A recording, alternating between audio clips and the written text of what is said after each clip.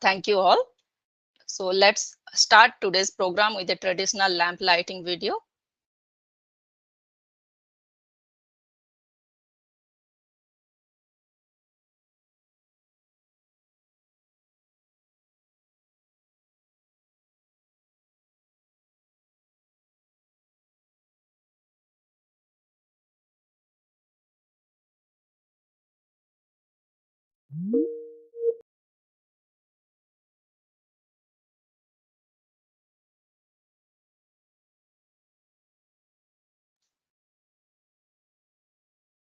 Go to the next one.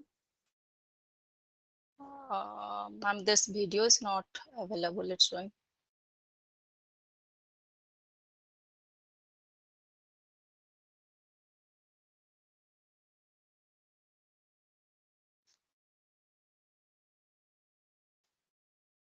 Okay, we'll go to the next one. Just introduce the guest. Yeah, sure, ma'am.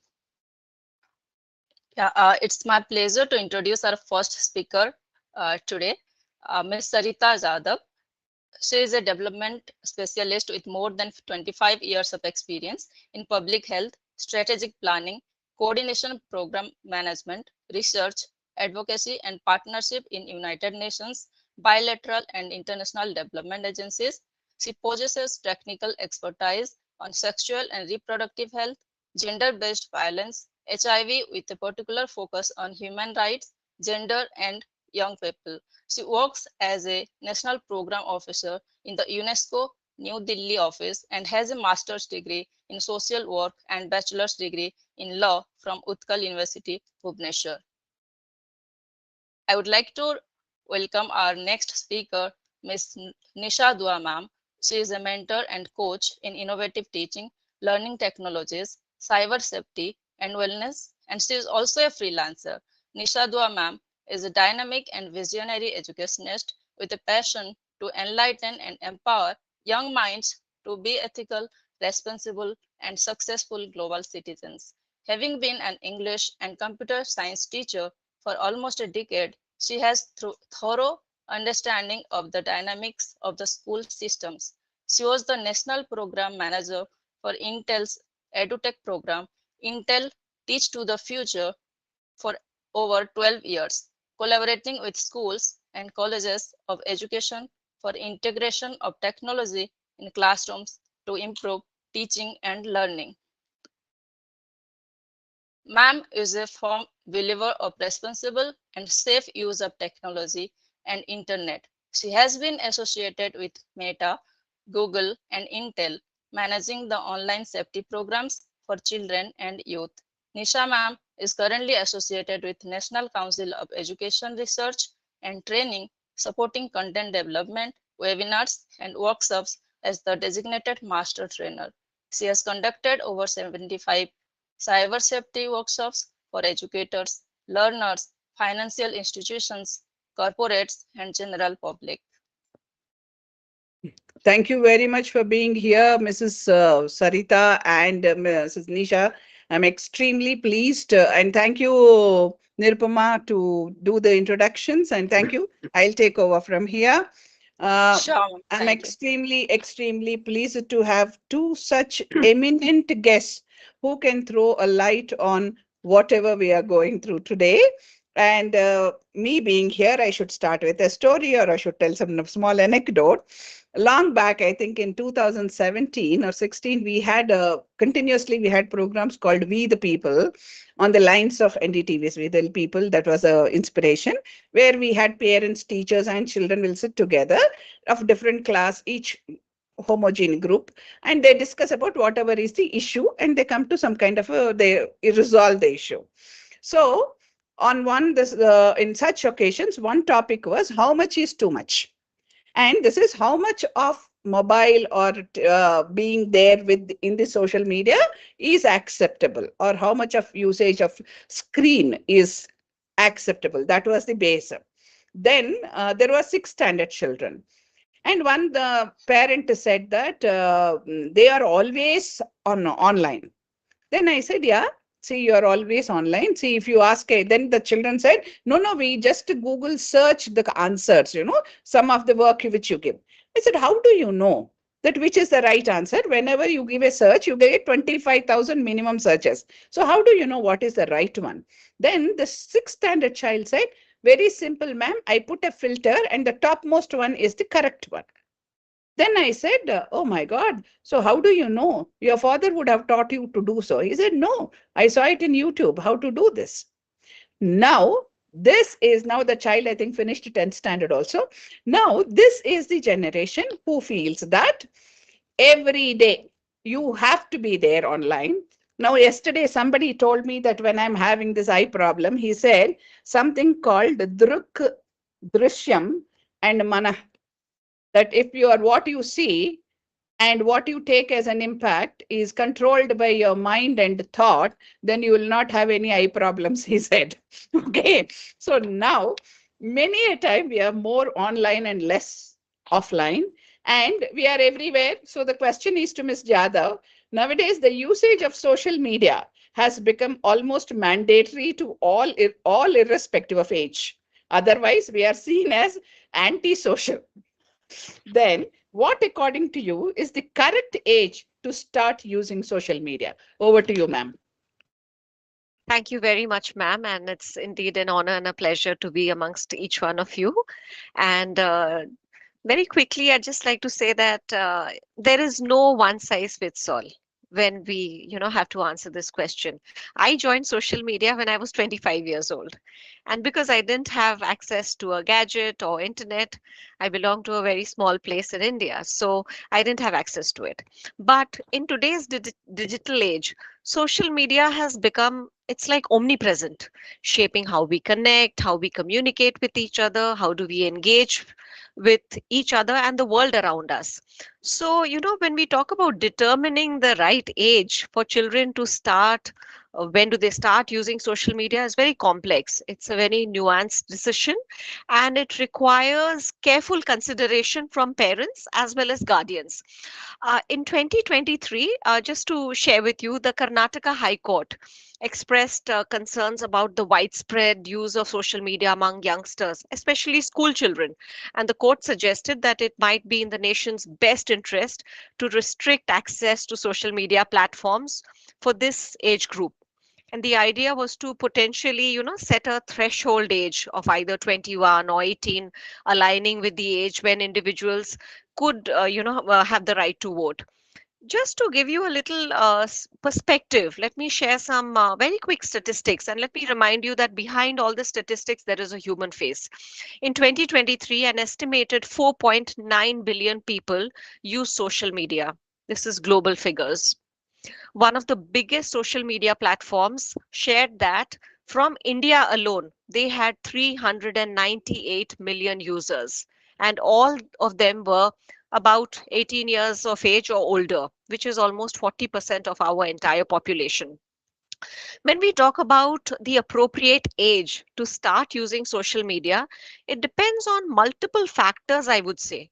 That, the maturity, the responsibility, the parental guidance. When I talk about maturity and responsibility, this is a crucial factor to consider. If the child is mature enough and responsible enough, because social media platforms come with inherent risks, including exposure to inappropriate content, cyberbullying, and their privacy concerns also. The other point that we need to keep in mind is parental guidance and supervision. You all would agree that parents play a very pivotal role in guiding their children's use of social media. It is very essential for parents to actively engage with their children, set clear expectations and boundaries, and also provide some ongoing support as well as supervision. There are lots of social media platforms which have age restrictions in place, typically requiring users to be a minimum of 13 years old to create an account. Now, these age restrictions are based on some legal requirements, and parents should respect these age limits and consider them while deciding whether their child is ready to use social media or not. So, ideally, I would say ultimately the decision of when we should allow our children to start using social media is a very personal one, and I think it varies from family to family. But I think the factors that I mentioned are extremely crucial and need to be kept in mind before our children can be on social media. We should not get into this race. Nowadays, parents create accounts for social media, for social media accounts for their children. Okay, this one is turning 5 and everything is out there on the net, photographs, personal information, everything. I think it's very important to also differentiate the need between a real life and a real life. Ultimately, we have to be careful about that. Back to you. Thank you so much, ma'am, for throwing such an excellent light into this, because I'm a grandmother and I know the temptations we have to put everything onto that social media platform. So next question to Dr. Mr. Dua, Ms. Dua. As a senior citizen or as a minor or a major or a male, female, what precautions do we need to take while using the social media? Because ultimately, it is leaving a lot of digital footprints. So over to you, ma'am. You are the expert in this. Good evening, ma'am, friends, and awesome students who are watching. It's an honor to be here. Yes, a very relevant topic you have taken today to start your IRA sessions, and I'm honored to be invited here. Now, coming back to your question about social media. Well, social media has become an extension of our lives, and it can be very tempting to create accounts on various social media platforms. Number one, they are free. They offer free services. Number two, everybody is on them, so there is a lot of colleague and peer pressure. And thirdly is FOMO, fear of missing out. So, not only the the children, but even the adults like us, we feel, okay, let me see what my friend posted today. Have I missed out on something interesting? So social media bandwagon has taken the world by storm, and people are posting their personal details on left, right, and center. So on social media. So now these platforms by themselves, they offer the privacy, they offer the safety. But it is the people who are so eager to use, who don't bother about this privacy, that they don't apply their privacy settings. So before actually going on to creating account, downloading apps, we need to analyze, we need to reflect that do we actually need to be on this site? Am I going on this site because it's very popular and somebody recommended it? Then again, the students as well as adults have to think, what am I getting out of it? And if analyzing that, okay, yes, this account is going to be this social media, getting on the social media platform is going to be beneficial for me, then we must actually apply the privacy settings which that platform gives us. We should not say, I agree to everything. Make our account private. By default, accounts of all those who are above 18 are public on all the platforms. 5.6 Yes. billion people using internet all across the world. And that is an absolute huge number. Okay, and we don't want to be sharing everything with this 5.6 billion people. So the privacy settings have to be applied, which is very, very important. And besides that, we have to conduct ourselves in the same manner in which we conduct in the real world. Because what happens behind the screens and in the comfort of our homes, we sometimes forget that whatever we are posting is in the public domain. So we have to apply privacy settings. We have to think before posting. We have to use strong passwords, and definitely be very alert and not fall prey to any scams or clicking on suspicious links, etc. And yes, I'm so glad you have taken this topic of digital footprint, and which we will elaborate further, because every click, every post, every like, every tag, or the form that we fill, or the location setting that we have enabled leaves the digital footprints. Oh Yes. my God. So You have really, you leave behind.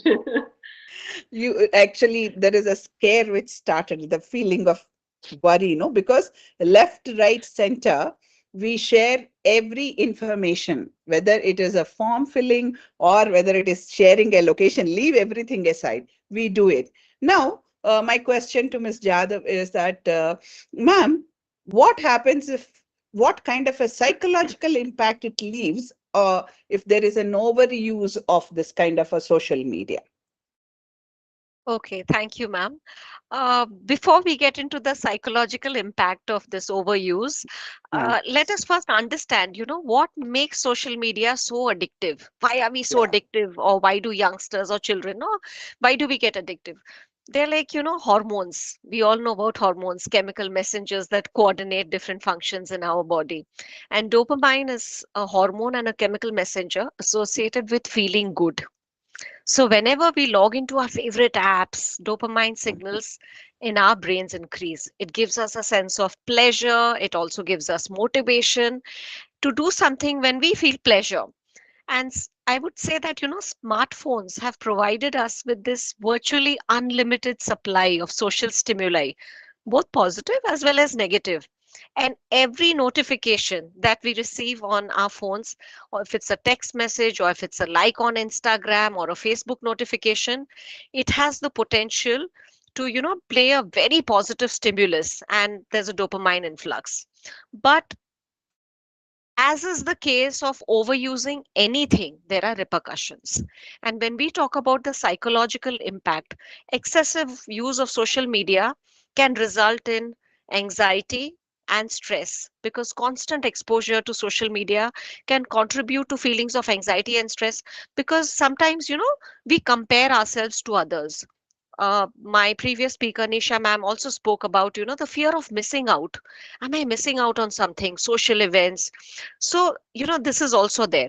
A lot of teenagers also tend to become very depressed, because an excessive use of social media has been linked to higher rates of depression, because sometimes individual may feel inadequate or isolated when comparing their lives to other people. And mostly these lives are all curated and presented on social media platforms. Sometimes it could lead to low self esteem. A lot of children, teenagers have sleep problems. The use of social media before we sleep, before bedtime, it can actually disrupt our sleep patterns, leading to difficulty in falling asleep, poor sleep quality, and of course, that results in daytime fatigue.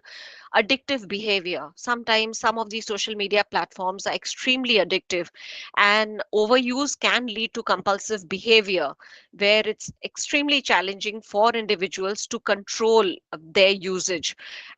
Overall, it actually leads to a lot of decreased productivity. We are completely cut off from the real world. There is also a lot of social isolation when children are addicted, and adults are also addicted to social media, because people only connect virtually, and it could lead to social isolation and loneliness, because there is a lack of face to face interactions, and all these face to face interactions have been replaced by online interactions. So overall, I would say that children also face attention issues, concentration issues, because they the constant stream of information and notifications on social media can lead to a very shortened attention span, and they have difficulty in concentrating on tasks. And this has been seen quite a lot in adolescents and children. So while social media may have many benefits, it is very important for individuals, especially our young people, our learners, our students, to be mindful of its usage and maintain a healthy balance between offline as well as online activities, to basically reduce these negative psychological impacts. So nice of you to say this, ma'am. It's again the question comes, how much is too much? And then second thing is, this is applicable to elders as well, because all of us sometimes we get addicted to this. Now, we always feel very happy to leave our golden footprints in the history, saying that we have done it. But now this digital footprints are turning dangerous. This question is for our Dua ma'am. She is an expert, ma'am. Is this actually social media usage leaving? Is it talking about digital footprints? If it is leaving digital footprints, then what are those? What kind of footprints are we leaving? What are the consequences of these dangerous footprints? Can you please throw light on this? Uh, Ma'am, you're You're muted. Hello? Can you? Yeah. Yes, ma'am. Hello? Yes, ma'am. We can hear. Yeah. There is a slight lag because, as we said, that I'm joining from far away, so there's a bit of a lag. So sorry about that. So you know what I always tell anybody who's on the internet, that conduct yourself the way you conduct conduct yourself in the digital space, the way you conduct in the online space. Am I audible, ma'am? Yes, ma'am. Very much audible.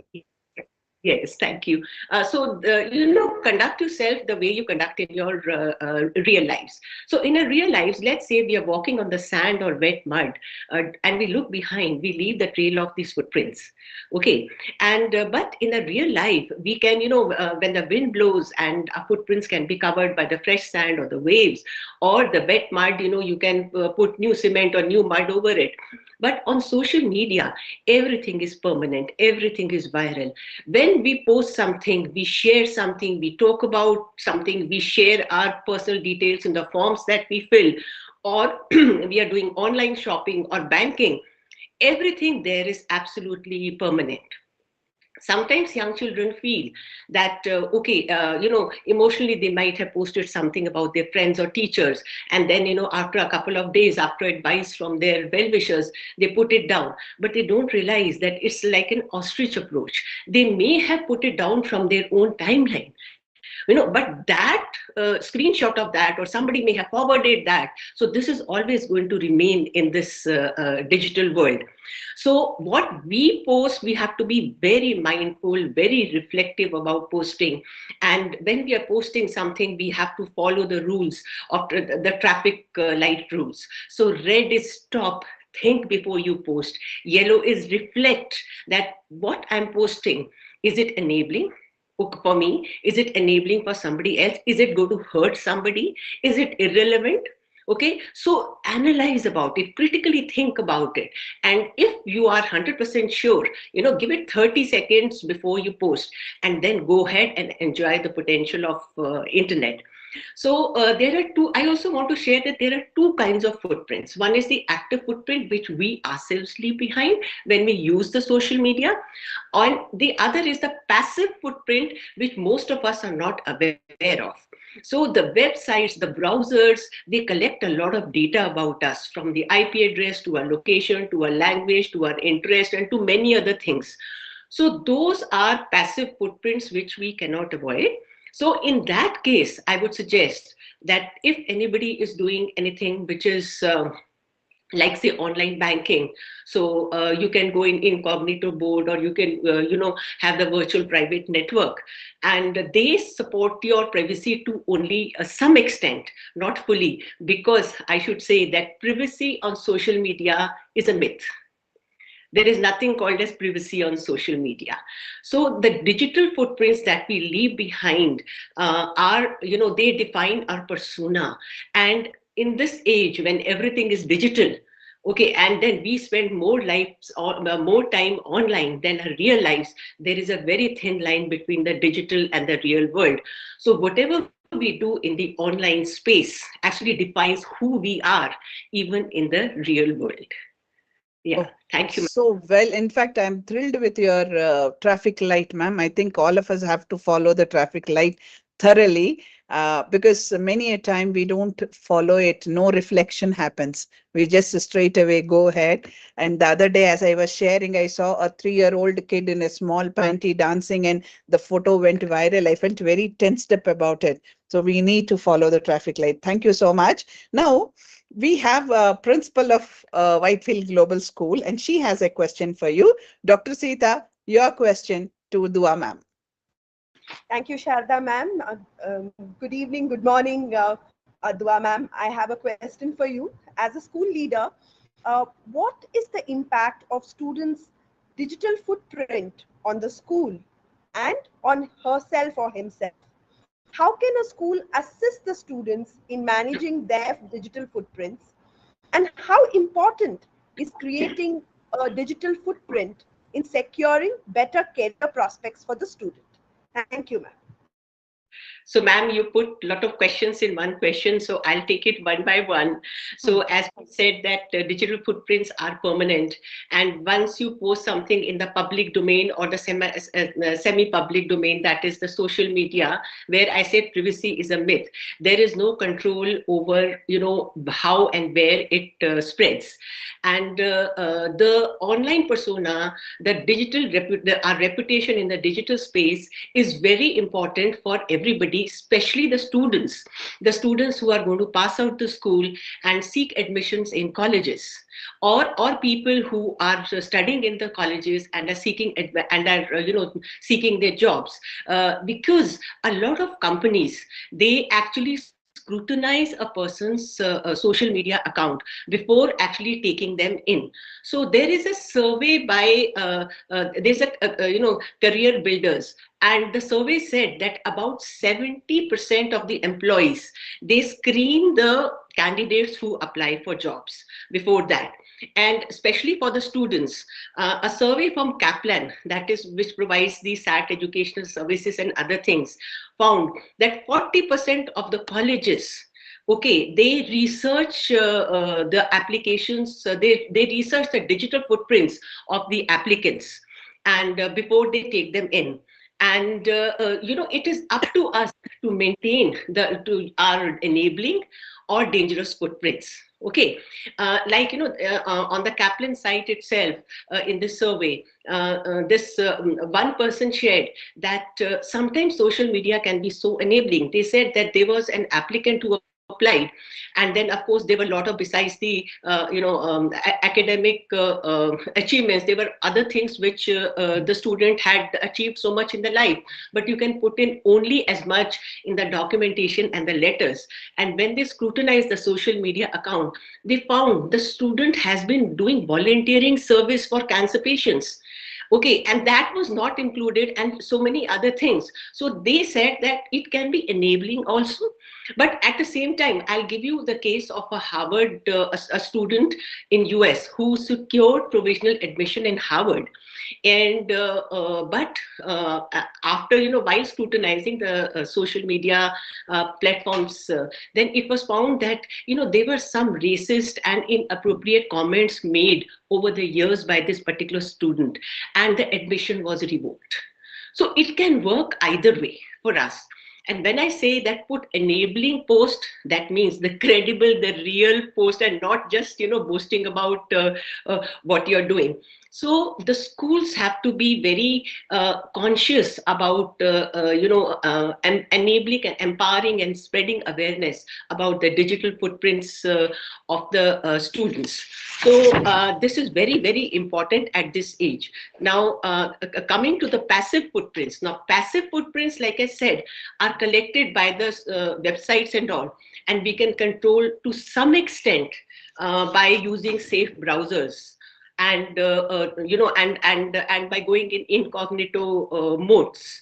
Okay, so those are the things we and definitely by using virtual keyboards, etc., when we are banking. So care is to be taken by us. All the measures which we follow in a real life, I know it is I can't say it enough. We have to follow in a digital world also. And ma'am, the second part of your question, if you could just repeat, because your question had two parts. Ma'am, I asked, how can we enable our students to manage their digital footprints? So as a school, what would be our role in helping them do that? Thanks for repeating the question. So like I said, schools play a huge role, sometimes inadvertently, because the school wants to advertise about, or share about the wonderful activities that they are doing.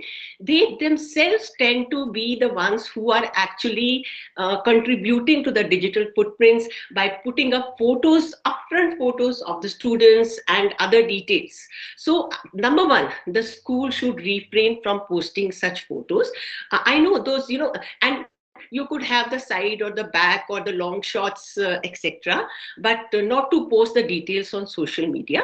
The school technology coordinator has to sensitize all the teachers to actually set up the privacy guide, to follow the privacy guidelines, which is very, very important, and not share it with 5.6, keep it open to the 5.6 billion people.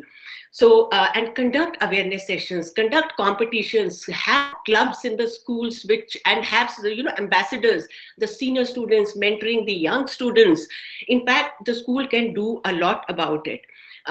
Teachers are also a part of the school, and here the teachers play a great role. And so as a teacher or as a parent, you have to be a model. Teachers have to be the role models, and teachers cannot talk about awareness, and they cannot talk about conscious online behavior and then not look at their own posts on social media. So we understand there's a private life, there's a public life, so let's keep all that separate. So as an educator, it is my duty to protect my children and to guide my children. So if I'm enjoying my life, I should keep my account number 1 locked, so that those who are not in my friend list cannot see what I'm doing. Secondly, never ever fall to the temptation of befriending the students. Students would like to be friends with their teachers, and let's keep that friendly thing in the class and not lead on to the social media. Because do we party in a real life with the students? We don't. Then why are we including them in our personal lives? So teachers play a huge role over here. And as a parent, you haven't asked as a parent, but here I want to share that most of us, most of the teachers may also be parents. So as a parent, don't be an overzealous parent. Like Sharda ma'am pointed out, a 6-year-old dancing, and the parents are very happy about it. So that is called oversharing. It's also called sharenting. During parenting, when you go overboard sharing on social media, that's called sharenting. And parents feel very proud, but little do they realize that the dance of that little girl in whatever she was wearing or not wearing, on a 6-year-old, may come back to her when she's applying for job or applying for colleges, or maybe a teenager when her friends, when she may be bullied for it. Because this, somebody may have taken the photo of it, the screenshot of it, and somebody it'll just come back to haunt her for the rest of the lives. Here, I know my answer has been wrong, but just once, I'll take 30 seconds more. Recently in the news, I heard a 14-year-old girl, she sued her parents because they had sharented her pictures, which were actually, making her the center of all the bullying and everything. So now you cannot bring that back, but then she did it, and the case is in the court. It's in US. Oh, so my all God. of that has to be mindful. Thank you. Thank you so much, ma'am. In fact, quite an eye-opener this is, because first thing is, as a school, when we share, now you said that take it from a distance or from in such a place that the child's face will not be shared. And that's one of the things that we need to keep ourselves aware of, and all the teachers, all the parents being aware of what to put it on the social media, because we all have to be there in many places. Now also we are in social media, but it's an amazing answer you gave. And I don't think you are wrong, ma'am. I'm really, really thrilled. A lot of learning happening. Now I want to ask a question to Ms. Jadhav.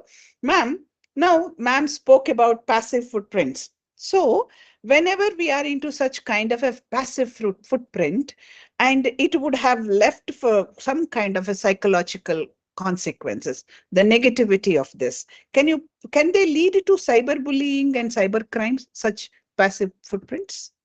Ma'am already said, Okay. so I want you to Yes. give me a little case study, because last time we spoke, you have given us 1 or 2 case studies on that. Yeah, no, I think it's wonderful that she's already mentioned about Yeah, active, digital footprints and passive digital footprints. yeah. Let me share with you a recent example. I'm sure all of you have heard about Vikrant Massey. He is an actor and he Um, recently shot to fame with his movie, 12th Fail. I don't know how many of you have watched it, but it is a wonderful movie. Exactly. yes. So, what happened is that in 2018, Um, Vikrant had tweeted about Lord Ram and Sita's cartoon in connection um, with rape cases. And Vikrant has, written, it's now deleted. But in the last 1 week, he had to apologize for a tweet he made public in 2018, which is, imagine, 6 years ago, because it affected some Hindu sentiments. oh my. So, the point I'm trying to highlight over here is that we don't know where we will be in the next few days, months, or even a few years. But what we say on a social media platform or a public platform will follow us for life. And all of us need to be mindful of that. When we talk about active and passive digital footprints, they can have adverse psychological consequences. And while active digital footprints can directly lead to cyberbullying or cybercrimes, passive digital footprints can also increase our vulnerability to such threats. When we talk about passive digital footprints, such as personal data collected by online platforms, it make it really makes us vulnerable and more susceptible to cybercrimes such as identity theft, phishing scams, online frauds, etc. So it is essential for all of us individuals to be aware about the potential psychological consequences of our digital footprints, and also, take steps which protect our own mental health and promote online safety. I think it is, in summary, I would say that we all have to be mindful of our own online presence. And not only teenagers or young people, each one of us has to be mindful. And we also have to take necessary steps which will protect both our mental health and well being, as well as online safety, which are very crucial in today's digital age. Thank you so much, ma'am. Now, I will like to ask Miss Dua. Ma'am, we have been talking about cyberbullying and cybercrime. Nowadays, left, right, center, we have been listening about cybercrimes. So, can we have a light on what are all things can be considered as a cybercrime and what are acts considered as cybercrime and whom to approach in such case of cybercrimes? Uh, yes, ma'am. The cyber crimes are rising by the day, and when you go to the National Crime Report Bureau site, and it's really alarming to see the way the cyber crimes are rising. And let me tell you that more than half are not even reported. And so what exactly is cybercrime? So it is actually any criminal activity that involves the use of digital media or internet. So it's called as cybercrime. Like, for example, the financial scams, the blackmailing, the trolling, and identity theft. And all these things are considered as cyber crimes. And when, half the time the people don't know where to report and what to do about it. Like if somebody has hacked my identity, my social media identity, then people wonder what to do. So immediately report to the platform of that particular social media site. They are proactive about it. Okay, but then so that nobody hacks the identity, use a strong password and don't leave the windows open in the public space, on the public servers or the computers. Okay, that is the platform reporting. If somebody has said something about me which is abusive, but may not fall under the legal thing, but it is ethically abusive, then again the platforms, you can just take the screenshots and post and send it to the platform and report to the platform. Now, if there is a crime per se, then the central government has come up with a portal that is cybercrime.gov.in. Cybercrime .gov.in. Now, this portal is a fantastic portal where you can go and lodge your complaint. and even put up the, take screenshot of the evidences and put up there. And you can even track your complaint, and it does take a little while because they have to go to the state and get all the details and then get the process done. But it's very, very proactive and useful. So otherwise, if there is any, 1930 is a number where which you can call up. It's a toll-free number. And the third is, you could also go to the local cybercrime cell and file an FIR, depending on the nature of the report. So I would suggest that instead of sitting with the issue, not knowing where we go, the schools should put up these notices around, so that the students, the teachers are very much aware about it, and the technology coordinator in the school and the counselor of the school should also be there for any social reporting, that is any bullying happening in the school, or any impersonation in that manner, which is which is okay for the social media sites, but not okay for the local issues. So the school should provide these kind of counseling. So there is a social reporting, there is a platform reporting, and then there is a legal reporting. And we must encourage all these. Oh, so thank you so much, ma'am. In fact, first time I'm listening about these three kinds of reportings which can be done, because all the time we consider that everything is a crime or everything we need to go. And another thing, I'm really great takeaways are there today, that how we can actually empower the teachers and the students about where to go, how to do, and what is actually considered as a cyber crime or cyberbullying. Now we have a question from our teacher to you only. Over to Deepa. Deepa, you, under the name of one question, you have multiple questions. Over to you now. Thank you, Yeah. Sharda ma'am. My question is to you, Ms. Dua. It's been a great session, lot of great takeaways for us today. But as a teacher, how can I sensitize my students to the potential consequences of sharing inappropriate content online? That is my first question. The second part of it is, what steps can I take to help students recognize and handle cyberbullying situations effectively? And the last part of it is, are there any legal or ethical considerations that I should be aware of as a teacher when teaching about cyber safety? So I'll take up your last question first, the legal and the Okay. ethical. So here I come to it again, that the rules and regulations and the value system that we follow in our real lives have to be followed in the online domain also. We teach our children about a lot of values and ethics. They are small, and how to be responsible, how to be honest, how to be safe, and how to be sincere, and all those things. So same thing when we are teaching them in talking about these values. Now as teacher, I should also include the online space, the examples from online space very conscientiously and very consciously. Okay, then the students understand. You see, our students are internet natives, and we are the migrants. Okay, they are born into the world. For them, there is no difference between the real and the virtual world. It is us who are not able to enable them.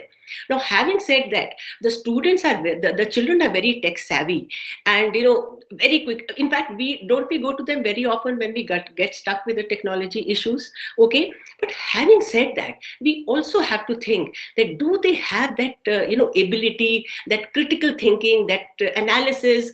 Is their mind, are they experienced enough to analyze the situation and respond in an informed manner?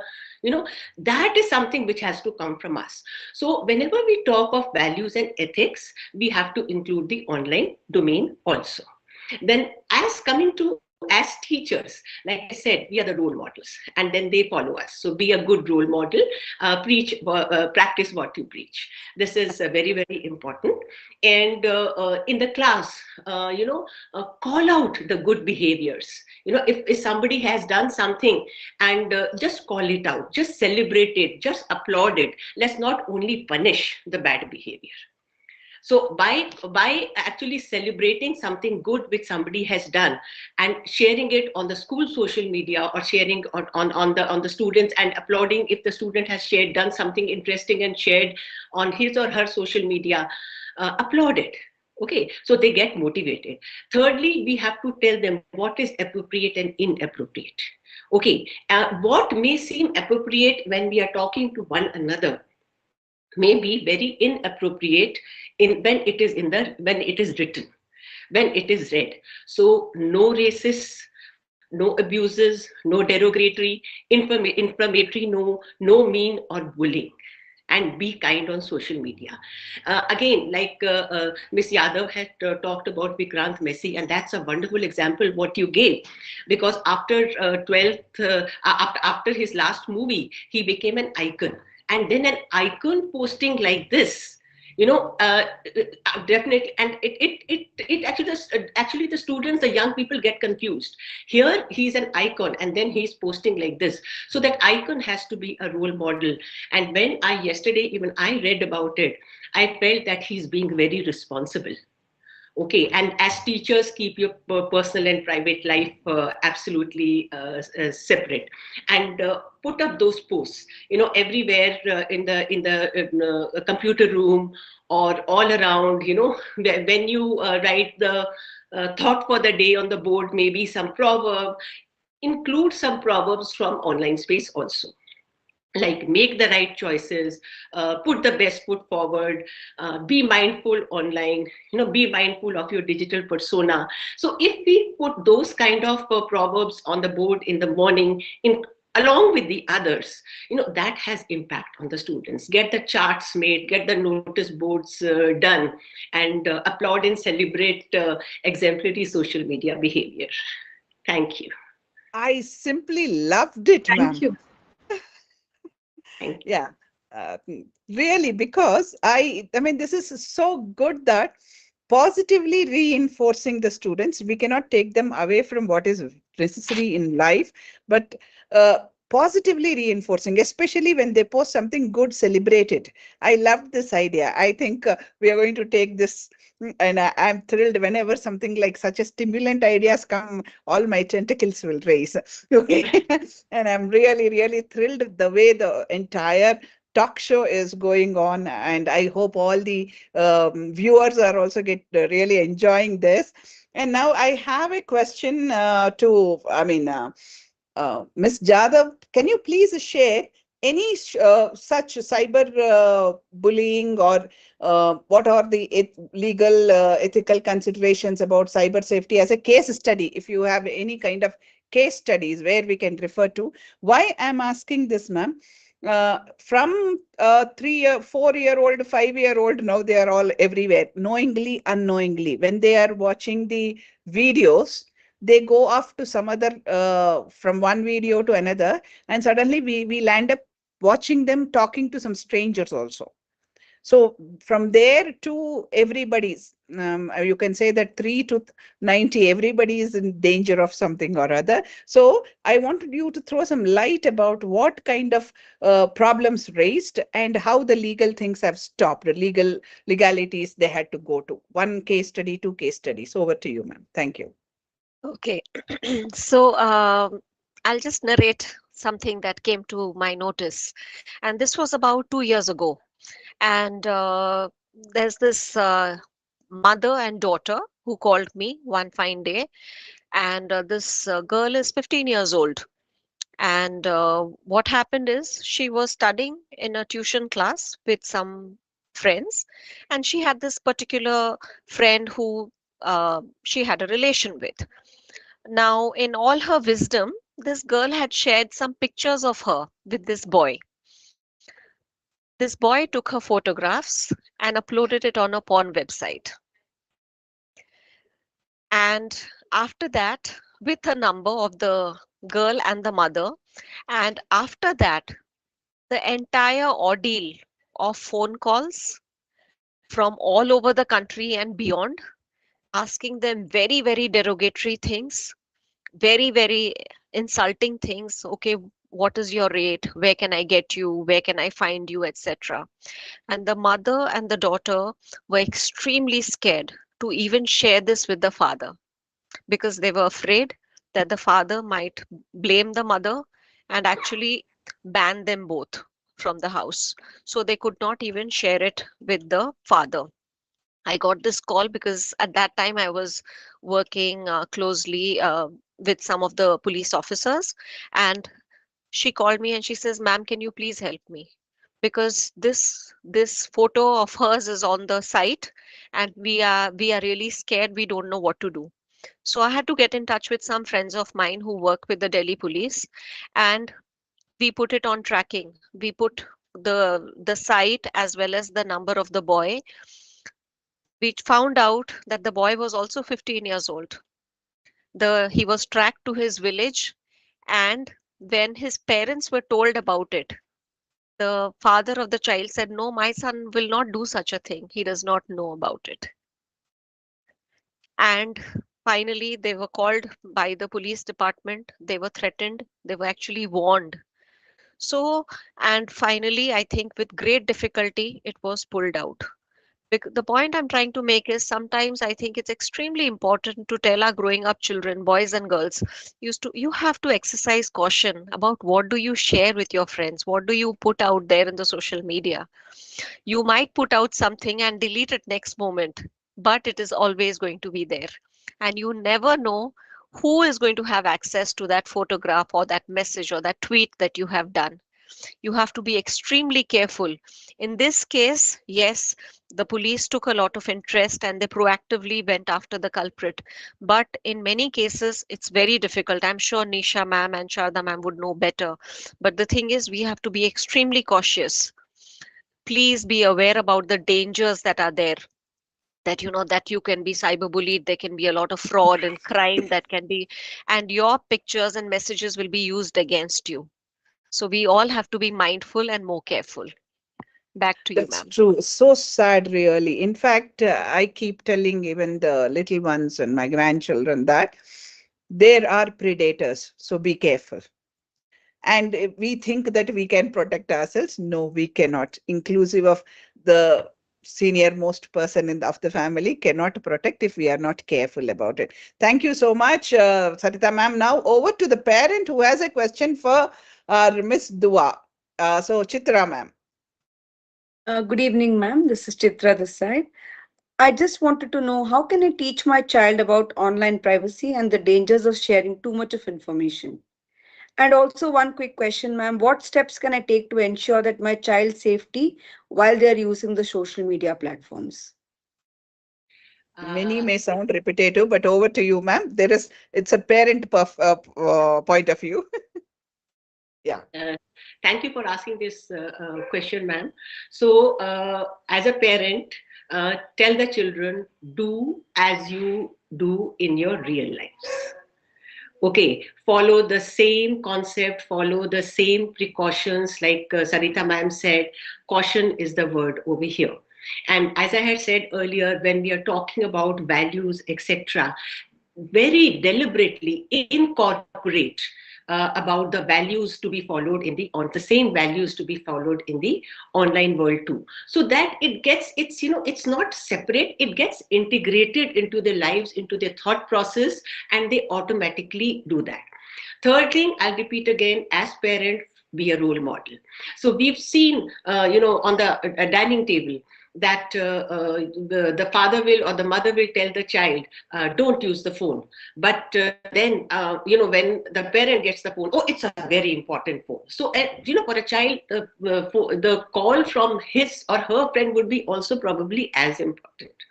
Okay, sharenting is another thing which I can't talk of enough.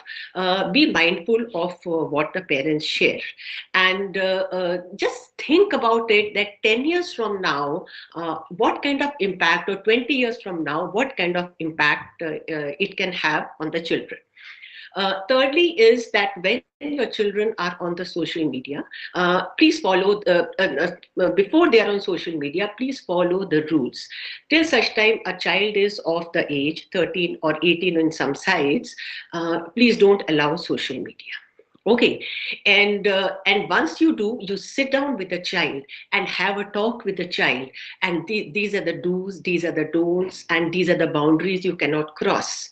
And limit the phone use. Don't let the child take the phone to the bedroom at night. Those kind of things.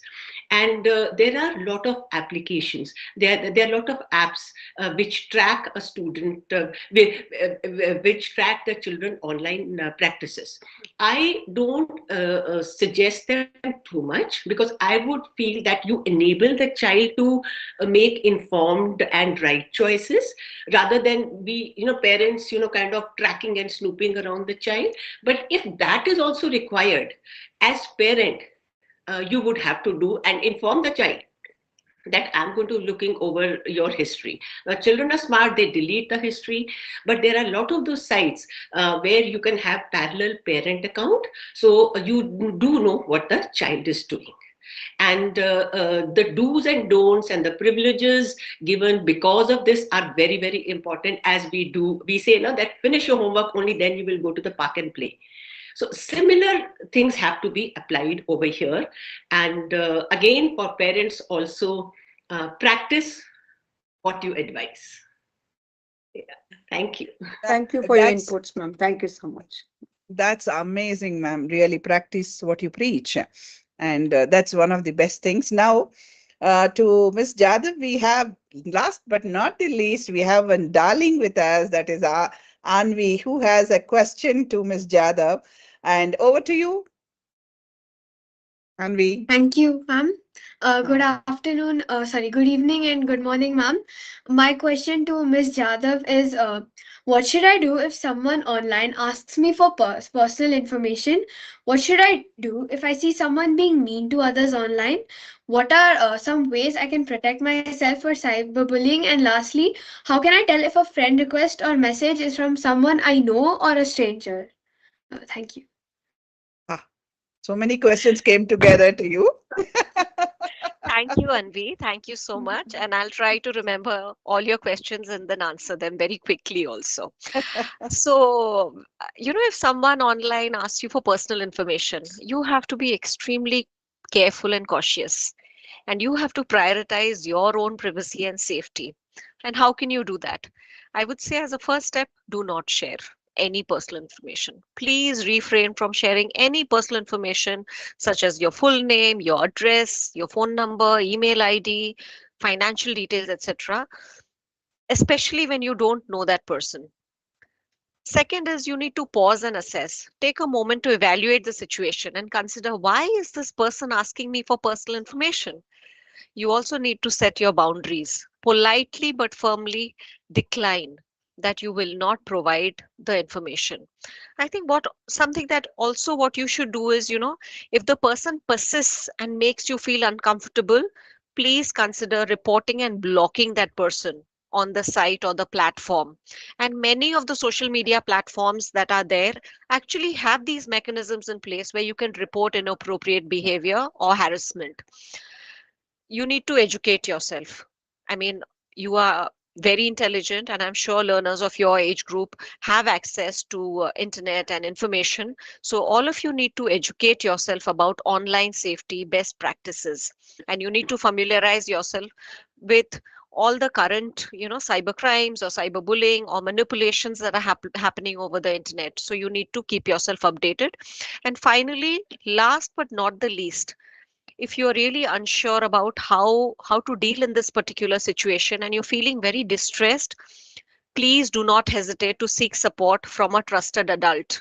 And here you can talk to your parents or your family about it. Your second question is that you are an observer. What do you do when you see someone being mean to others online? I think the first thing is that you need to speak up. You need to be calm, but you should actually tell the person who's being bullied that this is not acceptable. You need to support the person who is facing that kind of harassment or bullying, and you can encourage the person who's being targeted. You could do it privately and reassure that friend or that person that they are not alone. And I think what is most important is you should encourage that person to share about that and report that incidents. Also tell that person that they need to report and block the person who is bullying them or harassing them online, and also take it as an opportunity to educate others about the impact of cyberbullying and mean behavior. Raise awareness, talk to your peers, talk to your classmates about why it is important to treating each other with respect and dignity, both online as well as offline. And most importantly, which sometimes is very difficult, please seek help. There are adults who are there to help you, your teachers, your principals, your parents, your brothers and sisters. Very, very important to seek help. Some of the ways that you could protect yourself from being bullied, cyberbullied: please be mindful of what you share. Please think carefully. I just shared with you what's happening. So think carefully about the information that you share online, including your personal details, your photos, even your opinions. And avoid sharing anything that could be used against you. Adjust your privacy settings. We all know that all these social media platforms have privacy settings, so you have to adjust and review the privacy settings.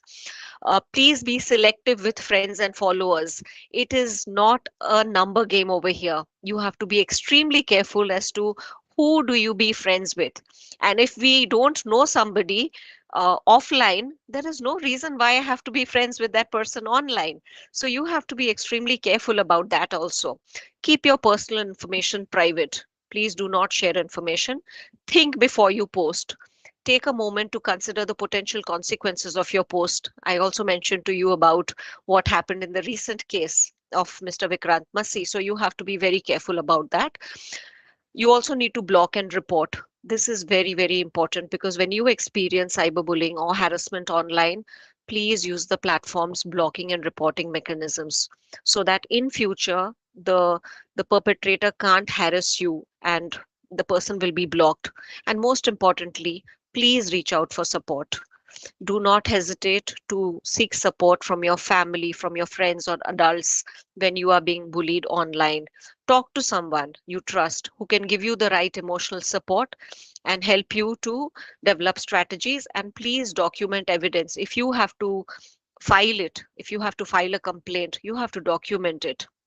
And you have to document the evidence, keep records of the incidents, take screenshots of offensive messages, posts, and details. So because this documentation which actually help you to report the incidences to authorities, to law enforcement, who can give you the necessary assistance. And what was the last question, if I may ask? Yeah, how can I tell if a friend request or message is it from someone I know or not? Or if it's a Okay. stranger? So basically, you have to review the profile. Now you see, on Facebook, when you get a lot of friendship requests, you can hardly barely see anything. But I think what is really crucial is, please review the profile. Take a close look, see the profile picture, photo, bio, etc. If the profile looks unfamiliar or incomplete, the person is a stranger. Please do not accept. Check your mutual connections. See if you have a lot of mutual friends or connections between you and the person who's sending you a request. If you have mutual friends, there is a likelihood that you may have interacted with this person or you may know this person.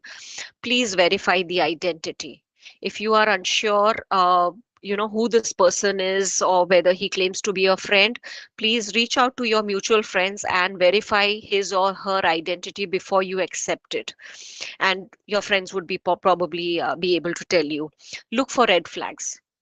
Be very cautious of profiles that exhibit suspicious or concerning behavior. Many of the people who send you friendship requests will not have their own photos. They might put somebody else's picture, so you have to be careful. Please trust your instincts also. And when you go to any social media platform, please check out the privacy settings, and you can adjust your privacy settings on social media platforms to control who can send you friend requests and messages. So when you actually use those privacy settings, a lot of strangers cannot see your profile and they can't send you a request. And finally, please, if you think that the person looks suspicious, please report it. Please do not overlook it or ignore it, because today the person is sending you a request, tomorrow that person might send it to 10 other people. And a lot of young people in this craze to have this many friends, I have 1,000 people, and I have so many followers on Facebook or Insta or whatever, randomly. They should really be careful before accepting friendship requests. I mean, we all keep getting it most of the times. If you don't know somebody uh, in person, please do not accept those requests, I would say. Is that okay? Yes, thank you, ma'am. Thank you. Thank you so much. In fact, a lot of takeaways from all the school teachers, principals, parents, children, and all of us who are using social media. In fact, yeah, we have to go to traffic light. Be very cautious about how you are using this traffic light. And there are so many takeaways. I think we have made a big list of this. From Aira, we are indebted to both the speakers of the day and, of course, the principal, teacher, parent, and student of Whitefield Global School for being part of this Aira's first of its talk shows, Engage with Aira. We are thrilled that we have started our first session with such a big bang. Love you all, and lot of takeaways. You can see me that I have lot of tentacles raised to do this and all. And thank you all for that. And such lovely, fantastic, smiling faces, and with so much of a knowledge today. We are parting. Have a fantastic weekend. Love you all. Let's be in touch. Till then, Thank you. keep in touch. Bye Sure. from Myra. Thank you, ma'am. Thank you, everyone. Thank you, ma'am. Thank you, Thank you, ma'am. ma'am. Thank you, Thank you. ma'am. That Thank you, everybody. Thank you. follow the rules and etiquettes of the information superhighway and enjoy it. Yes, ma'am. Absolutely. And Thank you, Stay ma'am. safe. Thank you. Thank you, Bye-bye. ma'am. Thank you. Thank you. Take care. Thank you. Thank you. Good night.